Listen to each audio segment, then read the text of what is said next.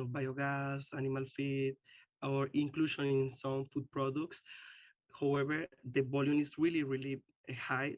So we can basically separate two fractions, the fraction of the liquid fraction that is called the sorry, the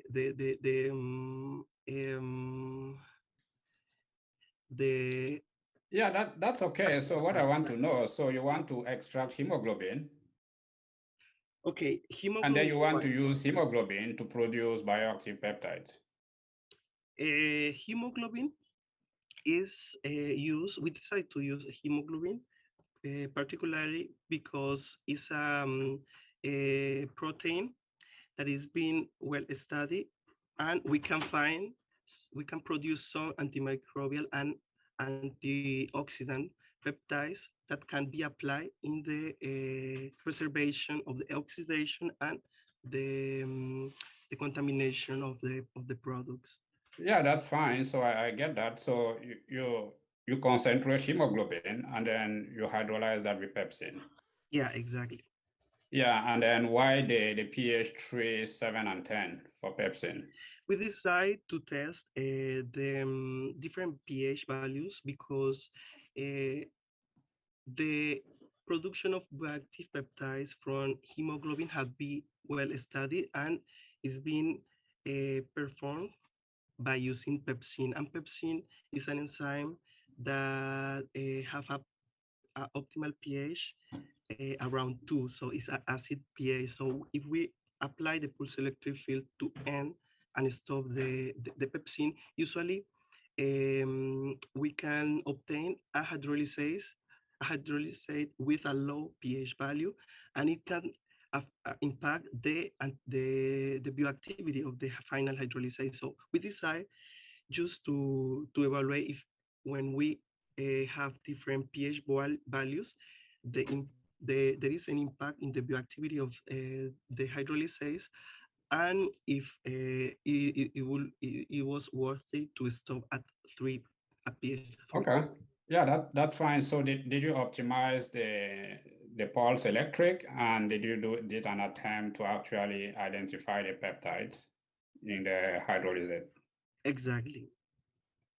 So you have the sequence of the peptide in your hydrolysate? Yeah, I have the sequence of the we identified the sequence. We found so most of them that they were already reported, and some of them new, particularly for the porcine hemoglobin, that is a source of hemoglobin that is being not well studied so far. Okay, thank you. Um, Thank you very much, Zain. Like, it's a really good presentation. I really like your slides. But I have a follow-up question to the question that Dr. Sapno asked. So if pepsin already, like the optimum pH for pepsin is around 2, right? So then what's the point of studying the hydrolysates at pH 7 and 10? The conditions for the hydrolysis, maybe it was not clear, but we already made a study about the optimal condition. Indeed, the optimal condition of pepsin is around 2, and the variation of this pH was already studied to obtain the higher quantity of antibacterial peptides. However, for this study, for the hydrolysis, we used the same pH value. It was 3, and we modified the pH value, but at the end, just to compare, because actually when we decide to compare with the chemical method, the conventional one, the final hydrolysase is not pH 3. Usually, we have to increase the pH till 8 or any value higher, and after usually is reduced till a pH neutral before using to any real application.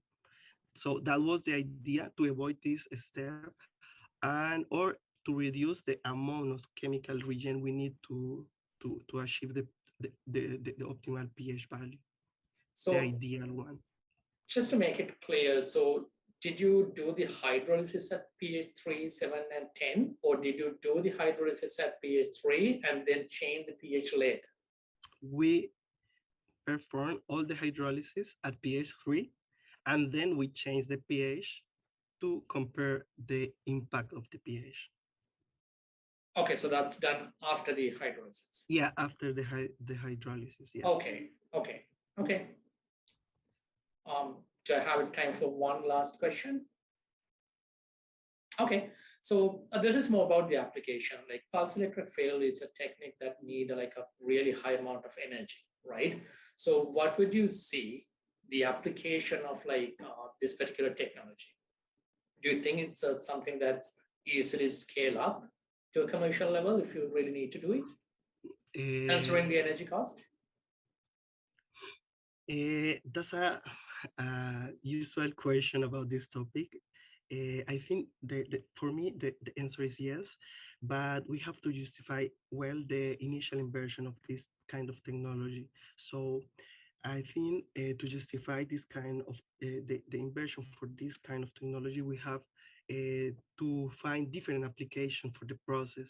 That's why this approach is good to foster the valorization of different byproducts rich in protein, because we can apply for several things. We can apply the pulse electric field first to improve the extraction of protein from any byproduct, then to improve the performance of the hydrolysis, then improve stop the enzymatic hydrolysis and improve the bioactivity. If we combine those steps under a same process in one only approach, indeed, I think, yeah, we can justify the inversion of this kind of technology. Okay, thank you. All right. Well, thank you, judges. Thank you, Zain. Great job responding to micro questions about methodology up to the big picture about how you actually deploy this into a world that's increasingly concerned about things like sustainability and power usage. I did not see any questions in the chat. I'll check one last time. So I think that will wrap up our first speaker. Thank you, Zain. Thank you so much. And we're going to move on to our second presenter. Our second presenter is Snigdha Guha. Snigdha is a graduate research assistant pursuing a PhD at the Department of, or with PhD from the Department of Food Science and Technology at the University of Nebraska-Lincoln. Side note, that's where one of my dear colleagues grew up, so go Lincoln.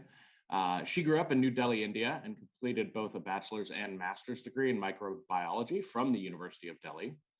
She then pursued a second master's degree in food science and technology and quality assurance at the University of Reading in the UK. She's currently working on the role of dietary bioactive peptides in modulating metabolic diseases. Her research topic is to evaluate bean-derived bioactive peptides' efficacy to reduce vascular inflammation and related pathophysiology. Besides pursuing her research, she's also a teaching assistant for courses in food chemistry and advanced food analysis offered within the food science department at UNL. Today, she's going to present on the efficacy of Great Northern beans-derived gamma-glutamyl peptides in reducing vascular inflammation.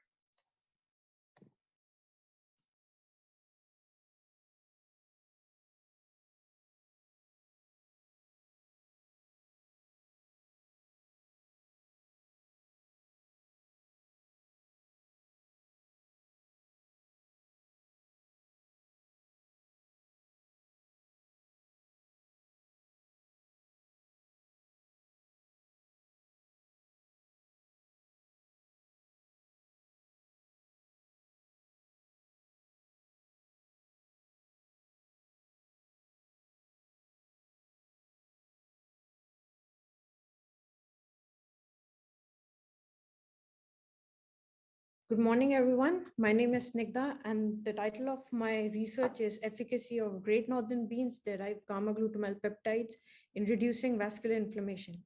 So let me start by asking how many of you have had Great Northern beans before? And if not, let me tell you that these beans have some components which are really beneficial for your health, which I'll show you with my research. So to start with, plant-based proteins are gaining a lot of consumer interest in the US in recent years. And because of that, the bioactive peptides from these proteins are also gaining attention. So what are bioactive peptides? These are peptides which, when present in the food protein, inside the food protein, they are inactive. But once they're released from these proteins by gastrointestinal digestion or fermentation or food processing techniques, they are able to show various biological activities such as anti-inflammatory, anti-hypertensive, anti-diabetic. And even though less potent in their action, they can be potentially used as a preventative alternative for pharmacological interventions by use as functional food ingredients or nutraceuticals. And also they provide a great opportunity to diversify the use of agricultural crops beyond their nutritional purposes. So as we know, metabolic diseases such as cardiovascular disease is the #1 cause of death worldwide. And the pharmacological interventions which are associated with them, they have various side effects and they're very expensive procedures. Therefore, we need to keep looking for a more preventative alternate approach so that we can reduce the number of people having to reach that extreme stage where they have to undergo expensive vascular surgeries, for example. Therefore, my research focuses on bioactive peptides, particularly from pulses, which are particularly from dry edible beans, which are a type of pulses, because consumption of pulses have been shown to reduce the rate of metabolic diseases.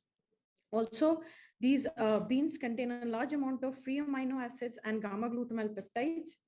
Gamma glutamyl peptides are a type of bioactive peptides which form their peptide bonds through the gamma carbon of the glutamic acid instead of the usual alpha carbon, which also makes them resistant to gastrointestinal digestion.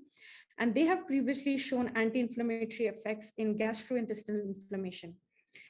Therefore, in my project, I'm working with Great Northern beans, which are the largest grown beans in the state of Nebraska. I have developed and optimized an extraction method where I get a whole extract and I fraction it into two parts, fraction A and B. Both these fractions were tested for their bioactivity, and fraction B was found to be bioactive because of, first, the anti-inflammatory assay, which we performed on vascular endothelial cells, which are basically blood vessel cells. So various doses of the peptides were first pre-treated on these endothelial cells, which was then followed by induction of inflammation using TNF-alpha for 6 hours. And at the end of the treatment, we measured the inflammatory biomarkers. So this is one graph representing some of the results we got. And we saw there was a significant reduction in the inflammation. Second, we looked at the antioxidant activity in a cellular-based experiment as well. And we saw that the pre-treatment of the beans reduced the production of reactive oxygen species as compared to the positive control. Then the third thing we wanted to check was whether these peptides can actually survive the gastrointestinal digestion, which would be important because if we consume them as a dietary intervention, they need to retain their activity. So we performed the gastric digestion on fraction B. And after that, we checked the activities again, and both anti-inflammatory and antioxidant activities were retained. A little bit about fraction B. We did not see any high molecular weight proteins. So it was basically consisting of peptides. And when we did a mass spec analysis, we found gamma glutamyl valine as the most abundant gamma glutamyl peptide in this fraction. So then we wanted to check in particular if this peptide was effective in reducing inflammation as well or not. So for that, we used gamma EV in the same inflammatory assay with 3 doses. We pre-treated the cells and then followed by induction again with TNF-alpha. And we saw that the highest dose which we used, which was 1 millimolar, was significant or was successful in significantly reducing inflammation for inflammatory biomarkers such as VCAM, then chemokine, MCP1, among various others. We also tested the in vivo efficacy of this peptide in a mouse model of atherosclerosis, which are ApoE knockout mice, where we supplemented the peptide in drinking water for a total of 17 weeks at 2 doses, 50 and 150 milligram per kg body weight. And we saw that at the end of the treatment period, there was significant reduction in lipid accumulation in the iotas of these mice as compared to the positive control, as well as there was reduction in the expression of inflammatory biomarkers, for example, VCAM1. Therefore, the relevance or the long-term goal of this research would be to develop a bean-based functional food, which would be effective in reducing vascular inflammation and thus can provide a strategy for the prevention of cardiovascular diseases. Thank you for your attention.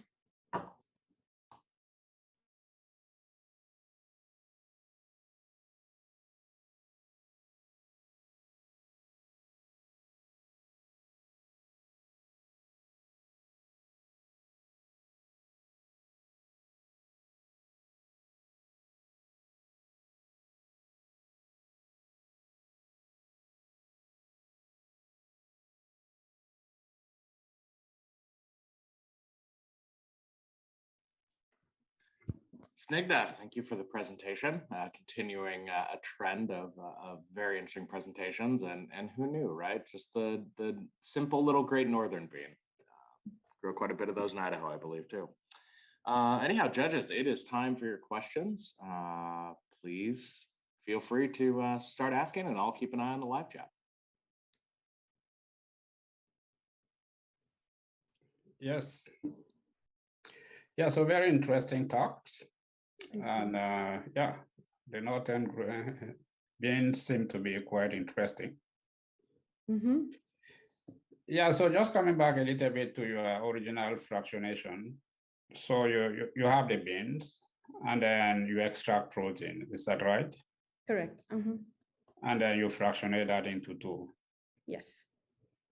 So how do you know that if you have gamma glutamate in those, let's say, fraction A and B? So after we fractionated, we did a mass spec analysis of the peptides and then did a database search for all the peptides which were present in that fraction. And we found gamma glutamyl valine along with other gamma glutamyl peptides like gamma glutamyl cysteine and gamma glutamyl glutamine. But this was the most abundant one in the fraction B. So did you ask the other gamma glutamyl peptides? Sorry, what? Did you do some testing on other gamma glutamyl peptides? Yeah, we did gamma glutamyl cysteine as well. And we saw activity in that one, but we mainly progressed with gamma glutamyl valine since that was our most abundant one. So particularly like for the animal study, we just use gamma glutamyl valine. Yeah, I mean, you can select it because it's the most abundant, but the most abundant is not always the most active. That is true. That's why I'm asking if you have data on the other ones. Personally, I just did gamma glutamyl cysteine in vitro, but there are I did not do it, but in literature, gamma glutamyl cysteine, gamma glutamyl phenylalanine, they're all proven to be bioactive. Yeah, and then maybe one more question. So you have the gamma glutamyl valine. Did you try testing just the glutamyl valine itself? No, we did. So we compared gamma glutamyl valine with normal glutamine, and it did not show any inflammatory or anti-inflammatory effect. On all your assay? Just the in vitro anti-inflammatory assay. Okay. Yeah, and then on the cellular model, so you measure the antioxidant. So what test did you perform? So we first pre-treated the cells with the peptides, and then we added a dye, DCFDA, which is basically an intracellular dye. So it is not fluorescently active, but once you induce inflammation with TNF and reactive oxygen starts producing, so this dye breaks into a fluorescent compound, which you can measure kinetically over a period of 2 hours. So in a positive control where our peptides were not there, the production of this fluorescent dye, or basically production of ROS, was more as compared to the treatment groups where the production of ROS was lesser in that same amount of time. Yeah, just maybe one last question to follow on that. So what chemistry is going on to give you the fluorescence in the cells? I'm not very sure, but I think they are quenching the reactive oxygen species, or they are reacting in a way that they are just not allowing them to produce ROS in the cells. We haven't actually looked at the molecular mechanism for the antioxidant, but that is my guess. Because there are similar studies which also quenches these ROS compounds within the cell. So I'm guessing that would be the, but I haven't. Yeah, it's true that your ROS is reacting with your DCF and then give you a fluorescent compound that you measure. So the more ROS you get, then the more fluorescent, because it's reacting with the DCFDA to give you the fluorescent derivative because of the acetylations. Yeah. Okay, thank you. Welcome. Thank you. Thank you. Can I ask a question, Snigdha? So it's a great presentation. I really enjoyed it, especially the slides. So looks like all the students are doing really well in slides, right? Okay, so during the experimental process, you did a simulated gastric digestion, right? And conclude that it's not going to impact to the gamma glutamyl peptides. Yes. But the digestion you did, simulated one without any, let's say, physical chewing and like simulating those functions. Am I correct? Yes. So do you expect in a real digestion where there is a physical like chewing, mixing, and all those things, can that be impacted to the stability of those peptides? Potentially it could, but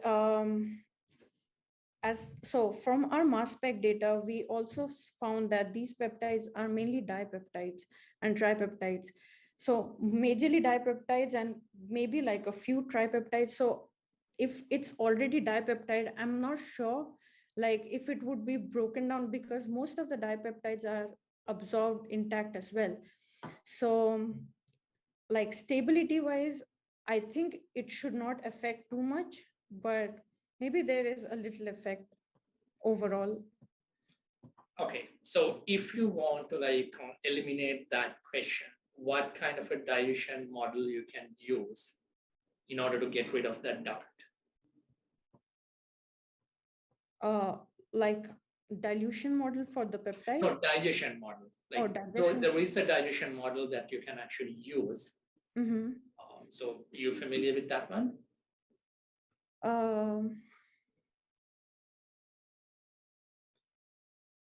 Maybe like batch digestion and take a.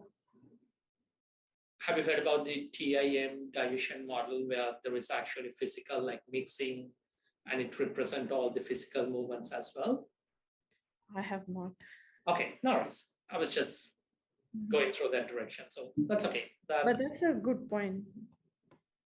Because I'm not saying that it will be like having impact on the digestibility of those dipeptide, but if you want to like answer that question, that would be a good way to like eliminate that doubt, right? Thank you for that. Thank you very much. All right, very nice presentation. I really enjoyed it. The slides were very clear. So I have a question more from an application side, right? The beans are great in terms of health, and then they are not consumed as much as in the other part of the world, especially in northern part, right? So in your process, you are doing extraction in the first step, and I don't know what kind of parameters are there. Is there high heat, low heat, pH? I don't know. So you have these two fractions. So when generally these beans are consumed, they are cooked, right? So my question is again towards the stability, like when they are consumed to get the benefit of these important peptides, how does this processing is going to be impact the activity in the longer term? So if you can just elaborate on that. Yeah, sure. So in my research, I'm basically grinding the beans and extracting the peptides as it is. So there is no cooking or soaking or anything involved, but that's just my research. But there are other research which has been done, for example, in soybean. So, and as well as other beans. So they ferment the beans and they, for example, they make a meso paste out of it, because fermentation has also shown to increase these gamma glutamyl peptides. And some other studies have also like cooked beans and extracted these peptides. So although my study does not involve the cooking aspect in it, but there are other studies which has actually made fermented products. So for example, when I said we can make a bean-based functional food, maybe I was suggesting like we can, because that is one part of the research we have in our lab, we ferment the beans as well, like how we would do. And because gamma glutamyl peptide, another interesting thing is they give rise to the kukumi flavor, if you have heard. So that's like more of a savory flavor. So those, because we are making a functional food, so it wouldn't necessarily have to go through the same processing way which we normally consume beans. But and stability wise, after these fermentation processes, these peptides are still stable and they have shown activity as well. That is why we want to like push our research towards that area, so that, because it is true people do not generally eat beans, it's mainly like in Asia and other Middle Eastern, but for example in America, they don't really consume meat. So maybe producing these functional foods might help them eat more beans and also get those benefits. Wonderful. One more question along the same line. So We are at time, Vishnu, so if we could do it super quick or take it offline, maybe. I just want to keep us moving. But excellent repartee. Really enjoyed the presentation, Snigdha. Thank you. And, thank you, judges.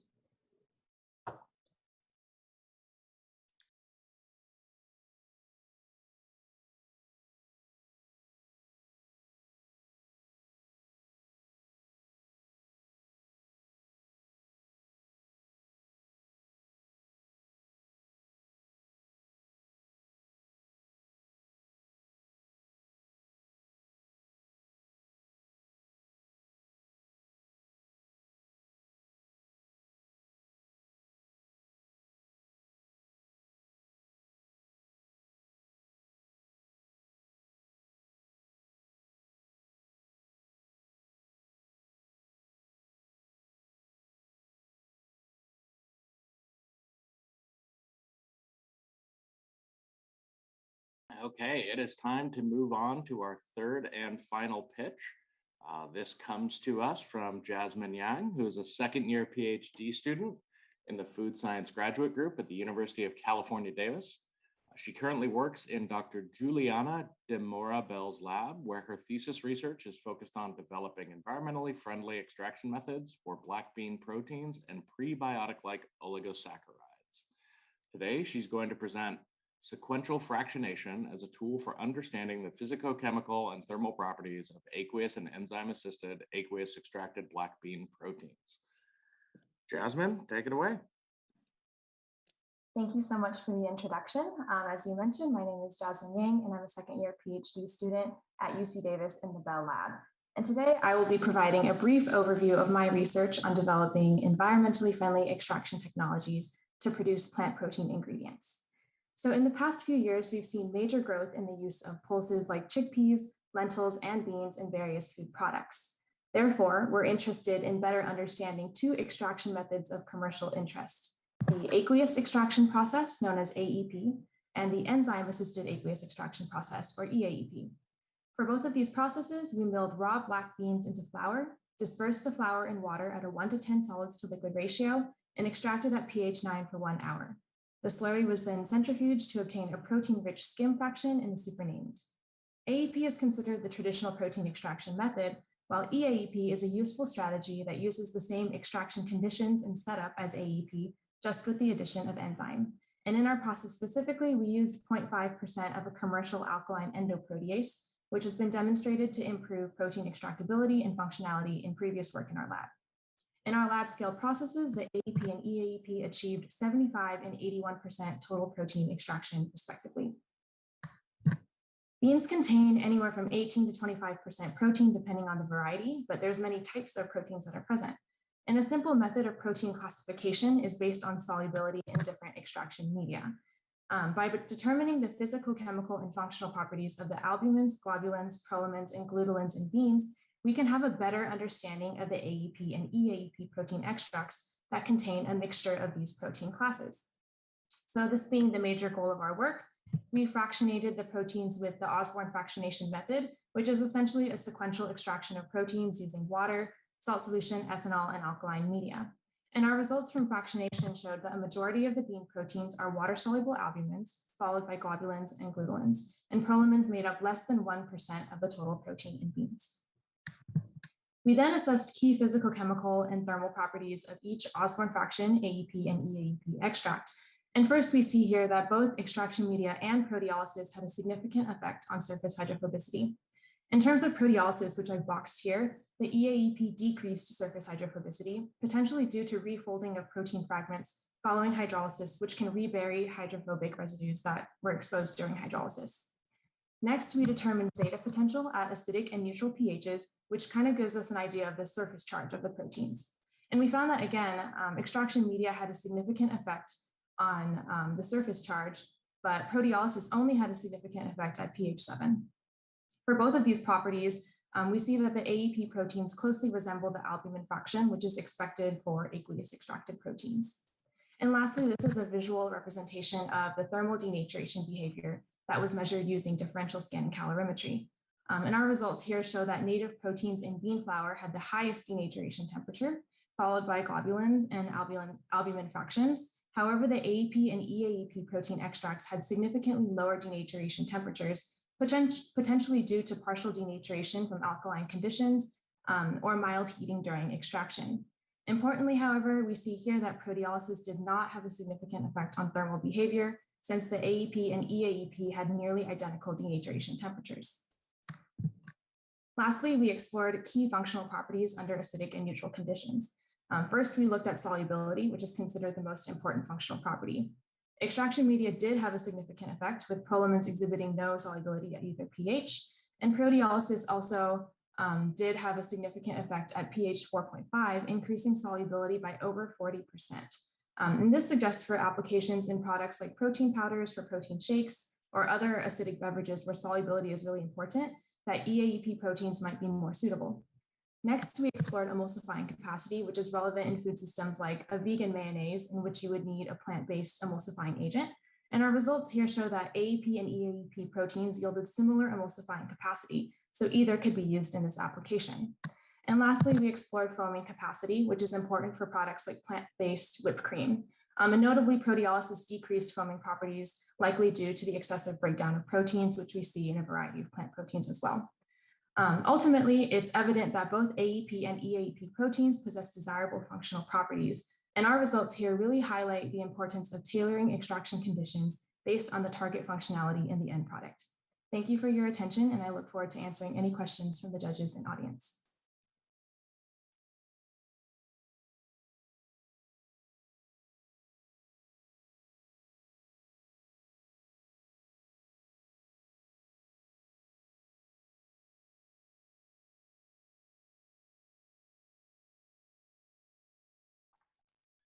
Jasmine, thanks for a great presentation. Pulses seem to be the order of the day. With that, it is time to turn it over to the judges for some questions for our third and final pitch.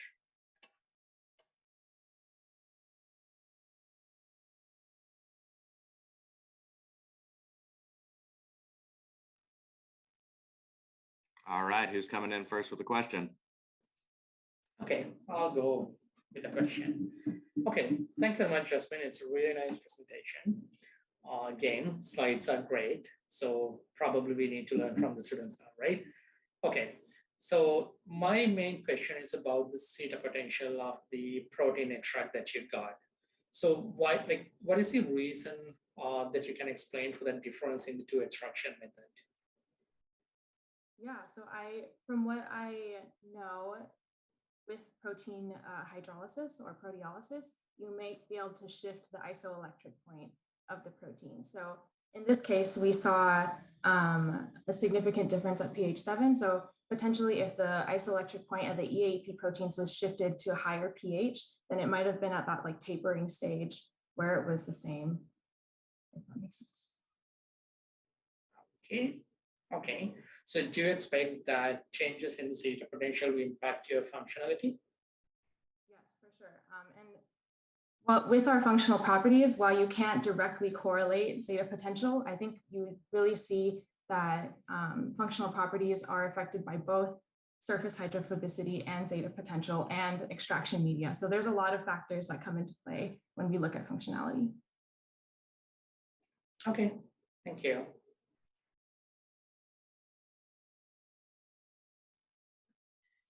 Hi, Jasmine. Such a nice presentation. Your delivery was so up to the mark. And then I enjoyed all the presentations. So with your research in your AAP and EAP, you showed that you have a reduced surface hydrophobicity, correct, if I remember? And then you have an improved solubility. Can you explain on that interaction, how these properties, if there is any correlation at all? Yeah, for sure. I think there is a correlation with surface hydrophobicity.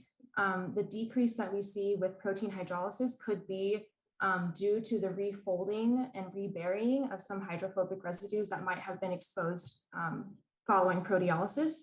So due to that decrease in surface hydrophobicity, then we see increased interaction with water and therefore improved solubility.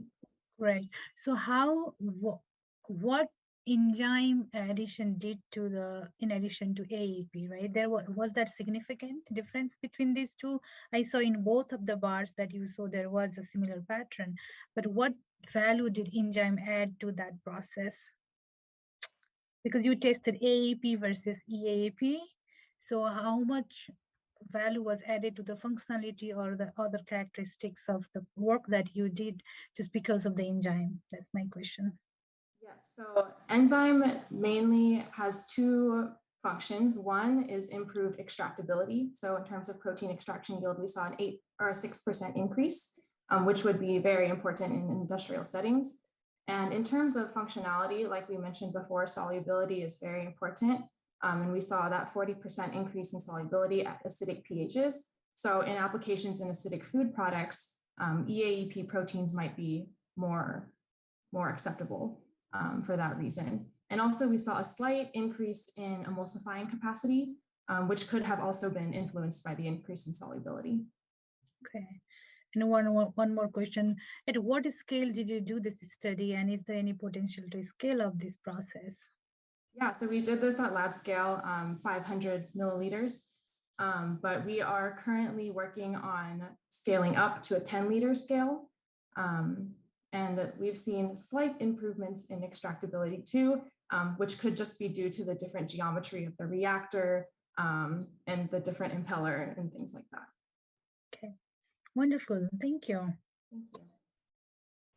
Yeah, so I enjoy listening to your presentation. So that was a very good job. So you are comparing the aqueous extraction versus the enzyme extraction. And you are using those two processes to extract proteins. Yeah, so what enzyme did you use again in the process for the extraction? We used an alkaline protease. It's a commercial preparation from Damasco. So you're adding that protease to, let's say, your bean flour? Yes, so directly into the extraction slurry, it's water, bean flour. We adjusted the pH and then added the enzyme. Yeah, so you're basically already hydrolyzing the proteins. Exactly, during extraction. You are using a protease. Yes. So why didn't you extract the protein, for example, before you hydrolyze, like using instead of a protease, use like a carbohydrate? Thank you for that question. Yeah, so we did do a few tests with carbohydrates pretreatment. But the problem with that is you need to cater to the optimal pH of the carbohydrates, which is around pH 5. And for plant proteins, that's around the isoelectric point. So that introduces some possible denaturation during that primary stage. So for simplicity, and also we saw higher extractability by just using pH 9 with alkaline protease in the extraction. Yeah, I'm asking because you are extracting the proteins and then you are fractionating the proteins. So these are two separate things. We did AEP and EAEP as protein extraction methods, whereas the Osborne fractionation, the sequential fractionation, was just a strategy to help us understand the AEP and EAEP extracts. So you didn't do the sequential fractionation on, let's say, the AQs or the enzyme extract? That's correct. Yeah, we just wanted to see the different protein classes of the bean flour. Yeah, I understand, but you did that on the enzyme-assisted extract. You use that to fractionate. Is that right? No, the enzyme, the aqueous extraction process and enzyme-assisted aqueous extraction process were from the bean flour directly, not from any. Yeah, okay, so that's fine then. And then for your fractionations, so how efficient is the fractionation? Like, I mean, how much globulin do you have, for example, in the albumin fractions? So yeah, that is a good question. Because it was a sequential process and we didn't do any type of purification, we do see a little bit of cross-contamination of some globulins in the albumin fraction. Particularly for beans, the primary storage protein is phaseolin, which is highly glycosylated. So it's going to be water soluble. So we saw in our SDS page gel and in our proteomics analysis that there's globulins in our albumin fraction. But the main reason for this sequential fractionation was just to see what the water soluble proteins were, what the salt soluble proteins were, just so we could understand our extraction processes a little more holistically. Yeah, I mean, the process that you use is commonly used, so that's how it's used. But I was just wondering, like, when we do that, we say, okay, we have the albumin, and then we say these are the properties of the albumin. But generally, we don't actually quantify how much globulin we have there. So, which is not your fault. Other people do that. We may be attributing the property to something else. We do have one question from the audience that I want to work in before we wrap up. And that is, what happens with the insoluble compounds at the end of the fractionation, and what kind of upcycling can be done with those? That is an excellent question. So our insoluble fraction for beans is primarily starch and fiber. And there are applications in our lab that we're looking at with potentially using subcritical water extraction to hydrolyze some of these fibers and produce potential prebiotic oligosaccharides. So the work of my thesis will be kind of looking at a circular economy processing strategy for black beans, in which we get the protein fraction from aqueous extraction, and then we utilize the insoluble fraction to produce prebiotic-like oligosaccharides. Excellent. Thank you. Well, that takes us to the end of our question and answer for our third and final presenter. So thank you, Jasmine. Great presentation. Well, thank you, everyone.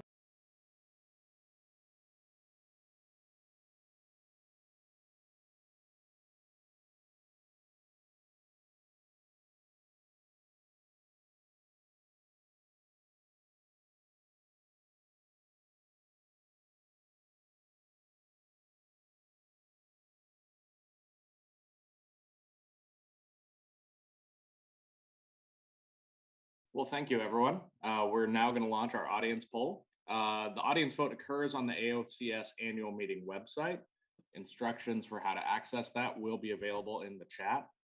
The audience vote is critical. We appreciate you guys being here, and it does impact the placement of the top finishers. So there is some audience participation in its true form. We encourage all of you to vote for your favorite pitch. Scores are being tallied now. Our judges are conferring amongst themselves, and we'll be back in a few minutes to announce our first place winner and our runner-up. Thanks.